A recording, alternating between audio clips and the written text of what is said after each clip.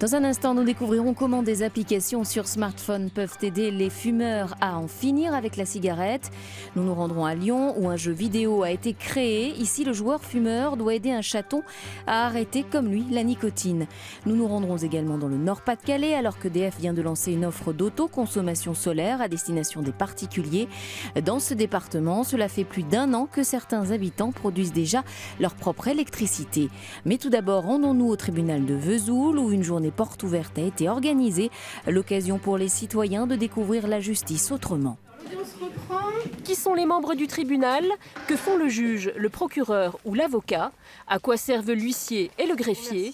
Autant de questions auxquelles les magistrats et auxiliaires de justice du tribunal de Vesoul ont répondu aujourd'hui. Il m'importe tout particulièrement de faire en sorte que les justiciables connaissent le fonctionnement de l'institution judiciaire, qui souffre effectivement d'une méconnaissance criante. Et parfois, il y a beaucoup de choses qui sont non dites, mal comprises, et qui créent effectivement un sentiment de frustration dans la population.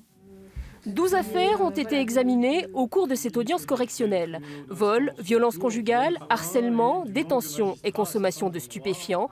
Des dossiers triés sur le volet pour satisfaire la curiosité de la quinzaine de participants à cette opération.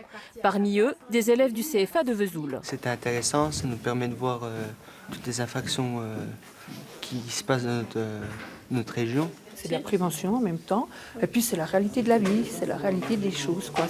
Voilà, dans la société, il y a des règles, et on vit dans une société encadrée, le respect de l'autre est important. Des règles de vie à respecter, sous peine de condamnation plus ou moins lourde en cas de dérapage. C'est ce qui a le plus interpellé le public des lycéens.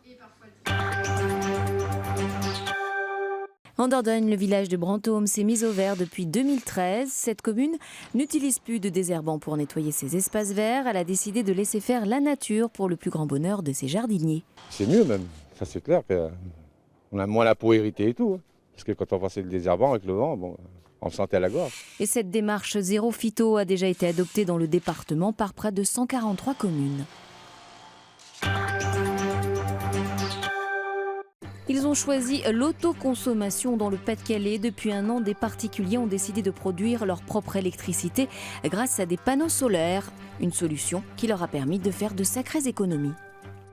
Lorsque Christiane Lally lance son lave-vaisselle ou réchauffe une tasse de café au micro-ondes, cela ne lui coûte rien. Il n'y a plus de consommation. On n'a plus de, plus de facture. L'énergie gratuite. Car depuis 1 an, les Lally produisent leur propre électricité grâce à 16 panneaux solaires et une éolienne. Lorsqu'ils ont fait construire leur maison en plein cœur de la campagne, le couple a souhaité se raccorder au réseau électrique classique. Facture estimée, plus de 45 000 €. Les Lally ont alors opté pour une autre solution, l'autonomie énergétique. C'est Philippe Auchard qui est venu installer les panneaux et l'éolienne qui alimentent aujourd'hui la maison. C'est comme si on avait une réserve d'eau, mais là c'est la réserve d'énergie de toute la maison. Tout est stocké là-dedans. Là, par exemple, on est sur une journée où il n'y a pas de vent, peu de soleil. Avec ce stockage-là, ils peuvent tenir 3 jours sans vent, sans soleil. Une solution parfaitement adaptée à l'usage et à la situation géographique des Lally. Pour l'éolien, il faut aussi avoir un site qui s'y prête. C'est-à-dire pas essayer de mettre ça collé à des maisons. Voilà. Là, on est en pleine nature. Cette installation a coûté 35 000 € au couple. Une solution moins onéreuse qu'un raccordement au réseau électrique classique, mais qui demande un peu de souplesse au quotidien. Souvent, Christiane me demande « Est-ce que je peux mettre en route le lave-vaisselle ?» Alors on va voir la production, puis selon le temps. On s'adapte et on prend conscience justement qu'on doit consommer moins. Pour l'écologie, pour la nature. Si la motivation des Lally était au départ économique, le couple est aujourd'hui fier d'avoir fait le choix de l'écologie. Arrêtez de fumer grâce à une application, c'est ce que vous propose un studio français. À Lyon, ses concepteurs ont créé un jeu vidéo pour vous aider à vous défaire de la nicotine. Vous devez encadrer un chat qui arrête lui aussi de fumer. Ils nous l'ont avoué. Tous ont déjà tenté d'arrêter de fumer, mais sans grand succès. Ce gros matou est peut-être la solution. C'est le dernier bébé de Dowino, une start-up spécialisée dans le serious game que nous avions rencontré il y a 2 ans. Non, je suis derrière toi.